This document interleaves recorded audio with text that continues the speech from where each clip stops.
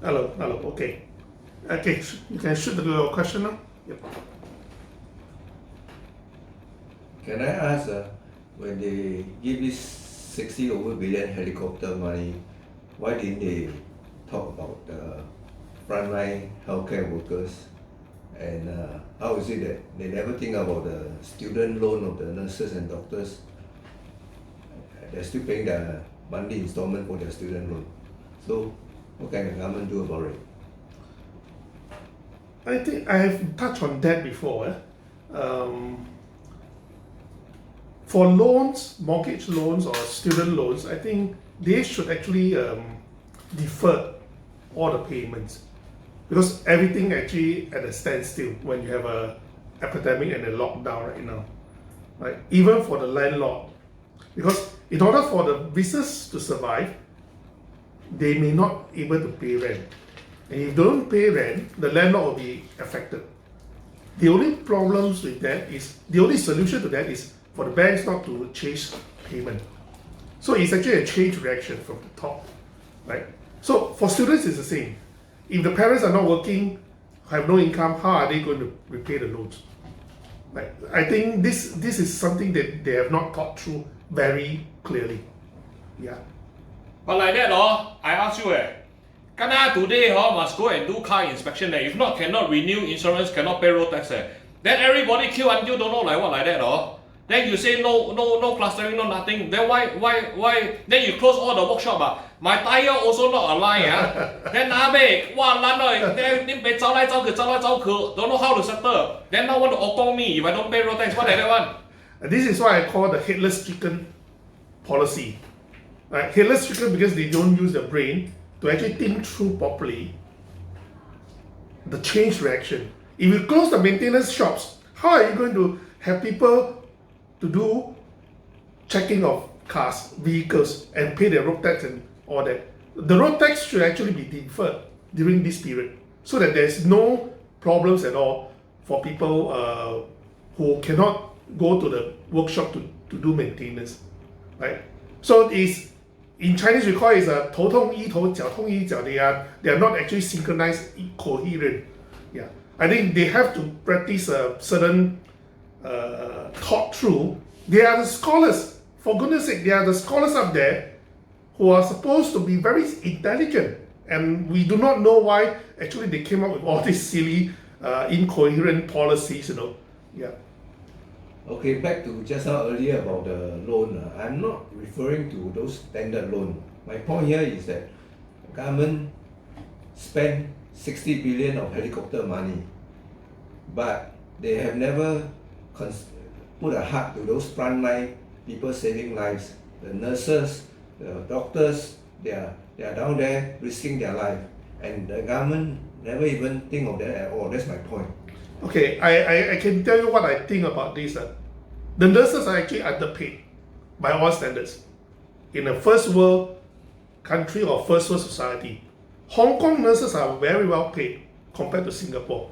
And that's why we cannot have local nurses, because it's too underpaid. So we have a third world countries nurses that came in to Singapore, right? And we have a problem down here because linguistic wise they cannot connect to the local uncle and ama, right? That's one part of the problems. Now, for that, I believe we need to pay them well to really select the talents, even if it's from the foreign sources. We have to get the best nurses that comes in. Even for doctors, we're actually looking for doctors from Southeast Asia also, right? So, in that aspect, they are taking a lot of risks right now because they are the front line. And I believe they should be paid according to the risk that they are taking. Now they say all the migrant worker got food hiam sai kong ye mi ka bo ho jia, not nice to eat, throw away the food. Nim pay every day at home collect $600 every day eat Maggi mee. Why like that one? Okay. There are two set of problems. One is why the foreign workers will actually throw the food away. Is a caterer at fault. Because I have seen some of the food that they catered. Wow, even you ask me to jia, I also cannot jia. Really, it's quite bad.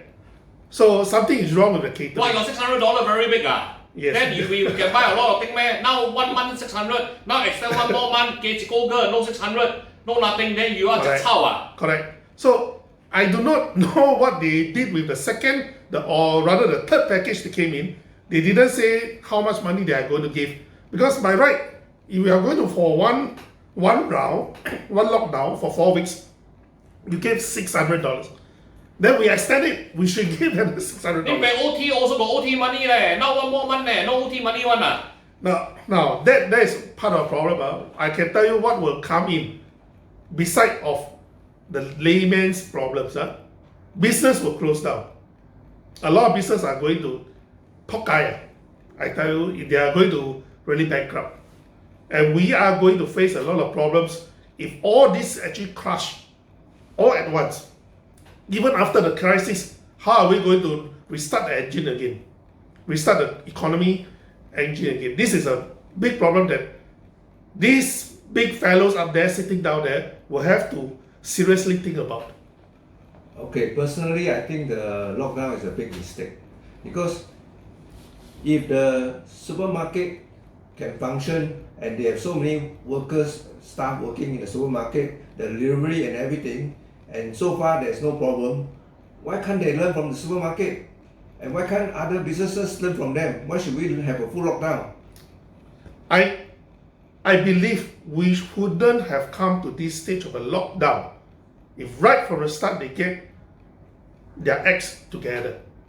First, by experience, historically, it has been shown, Spanish flu, you need to have masking, you need to have social distancing. These are the two aspects that they have neglected. They go on with what Chingay parade, even when they know that the virus is attacking, right? At the air show, and they ask people not to put masks. We have to come to this stage because of the mistake that they have made initially. And the worst part of the mistake is when they know the dormitories, the migrant workers form a cluster, they threatened all the employers not to send their own migrant workers for testing. And you know, Singapore employers are very afraid of fines and very draconian treatment by the PAP government. And that is why, for 1.5 months, this virus has been silently attacking all the dormitories. And now we have a huge outbreak. That's why we have to have a lockdown right now. But you're right. I do not think it is necessary for the extension, because we are seeing a single digit right now for consistently for a few days, and I believe for the next week it will be a single digit, and we might even reach 0, right? So we have to rethink whether a total lockdown is necessary. Okay, I think the government should be humble enough to learn from Hong Kong, Taiwan and South Korea. Instead, they keep looking to WHO and CDC of US, and they are making all the mistakes. Why can't we follow Hong Kong, Taiwan and South Korea? You know, we are very westernized. We always think that amo tuaki. That's one part of it. You know. So the Westerners do not like masks at all. To them, if you put a mask, you are sick. If the whole country put on a mask, you are a sick country. And this is why PAP resisted of universal masking, even discouraged people to put masks. And that is for the image. But they neglected that. What is the cost if you are going to do that later on? Right? So I hope after this crisis, for the future epidemic or a virus transmission diseases that we are going to face, the first two things can come inside is social distancing and masking. And don't give us all the crap that this study said it, this study said that. There's no, especially when you have an unknown virus, you do not even know how it transmits, right? We have to empower people to do their defense, right? Then the bank say give all the loan everything. Then we also proprietor still must give past 3 year financial account all this thing. Accountant 拿出来滚 Then all the thing you say immediately help us with money, easy loan from bank. Then the processing take 3 months. 梗有死了嘛 like that, die already what? you have a point because all these loans are supposed to be backed by the government. I think 80% or 90%, right? To the banks, the risk is actually very low. I do not know why they would want to have such a high scrutiny over making these loans. Huh? Yeah. Okay, come. Okay. Sure. Okay, I'm not happy that Singapore is government is trying to bail out Singapore Airlines because the management make some serious mistake, like they hedge their jet fuel prices at $75 for the next 5 years. What kind of management policy is this? Actually, when I first heard about this hedging by the SIA, I was quite shocked. Because before this SIA hedging, we actually have one public listed company in Singapore who have gone bankrupt because of hedging. If you remember, it's actually a Chinese oil company, right? Because of reckless hedging, it actually lost a lot of money and it was forced into bankruptcy, right? So SIA, I do not know why they do the upward hedging but not the downward hedging, right? It might be the oversight, and I think the CFO have to be taken to task for that. But having said that, SIA, no matter how we look at it, it is a Singapore icon, right? As far as I'm concerned, the so-called bailout is not really a free money for them. They have to repay the coffers. It's just a lifeline for them to actually tong for another 3 months, 6 months times. But we do not know how serious the pandemic will last. But I believe by July, things will ease off. So don't worry about that. But there might be some protocol set into SIA to prevent such a reckless hedging or management of the finances for future. All the 政府人 go around telling all the old folk you I want to take a break, go downstairs. Every time chase them go home. Then my mother go downstairs, breathe for 10 minutes, 15 minutes, come out. Quarrel with my wife, every day stay home, quarrel here, quarrel there. Then how to solve this problem?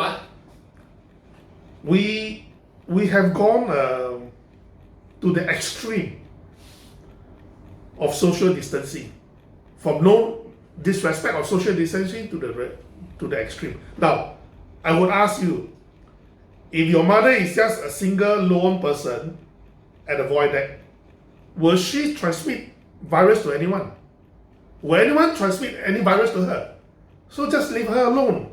Unless you are saying that a few old folks come together and talk and chit chat and all that, that is not advisable. But if people are just relaxing, want to take off from the family for whatever reasons, I think we should actually cut them some slack on that. Right? Okay, back to SIA. The hedging losses is around 2.5 billion Seng. Wow, okay. Okay, so the management should be accountable. Why there's no accountability, and SIA management has been very quiet about this? As a public listed company, I think they owe it to the shareholders. All the shareholders should have made the question to the CEO. Who decides such hedging? To hedge up but not hedge down. Normally you have a bench to do the hedging so that you prevent extreme losses from two sides. Right? I think this and the need to be shot out by the shareholder meeting. Yeah. Force them to make clarification, and sack the bugger will make such a decision. Right? Then what Masago Agogo say at home cannot cook food, cannot sell. Hey, my neighbor Malay woman got 4 kids leh. She morning make nasi lemak, then sell to people cheap. She make a bit of money because now cannot go to work. She's a cleaner Then like that small thing Malay people, not say Malay not say Chinese small thing, small business, make a bit of money to live Why like that also must scold us Actually, I feel for them. I came from a illegal hawker family.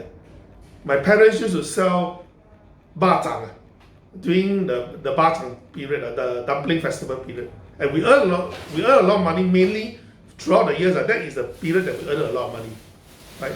It's the same for this vulnerable group of people.